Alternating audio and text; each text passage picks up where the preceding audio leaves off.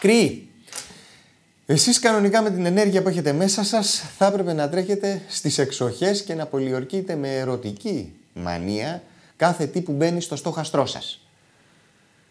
Πεζά πλην όμως αναγκαία θέματα προς επίλυση δεν σας αφήνουν να χαρείτε το πάθος σας για τη ζωή. Για αρχή θα σας έλεγα πως τα οικονομικά σας θα κυλήσουν λίγο καλύτερα το Μάη. Οι προσπάθειές σας αναγνωρίζονται και μια μικρή αύξηση των εσόδων σας φαίνεται να είναι δυνατή. Βέβαια, κάντε τα κουμάντα σας, σε ό,τι αφορά την τσέπη σας, λιγάκι πιο συντηρητικά. Στις 3 του μήνα που ο Ερμής επιτέλους ορθοδρομεί και κάνει παρέα στον ήλιο σας, έχει από δίπλα του κολιτσίδα και τον ουρανό. Ο ουρανός, ο πλανήτης ουρανός, είναι ένας τύπος που αρέσκεται πάρα πολύ στις ανατροπές. Οπότε, για να μην σας γίνουν δυσάρεστες αυτές οι ανατροπές, αντιμετωπίστε τις ως ευχάριστες εκπλήξεις. Αυτό είναι μια πολύ καλή τακτική απέναντι στον ουρανό. Στις 9 του μήνα ο ήλιος κάνει ένα ωραίο τριγωνάκι με τον Πλούτονα.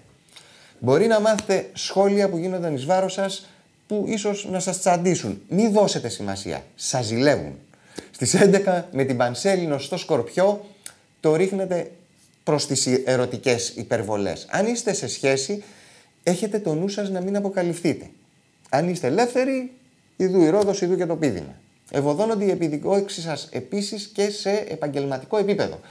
Και ίσως δείτε μια αύξηση στις αποδοχές σας. Με τον Ερμή από τις 16 του μήνα στον Ταύρο, θα έχετε νέες ιδέες και άριστες δημόσιες σχέσεις που θα σας ωφελήσουν στα επαγγελματικά. Στις 19, ένα τρίγωνο ανάμεσα στον Κρόνο και στο Δία δίνει ευκαιρίες παντός τύπου.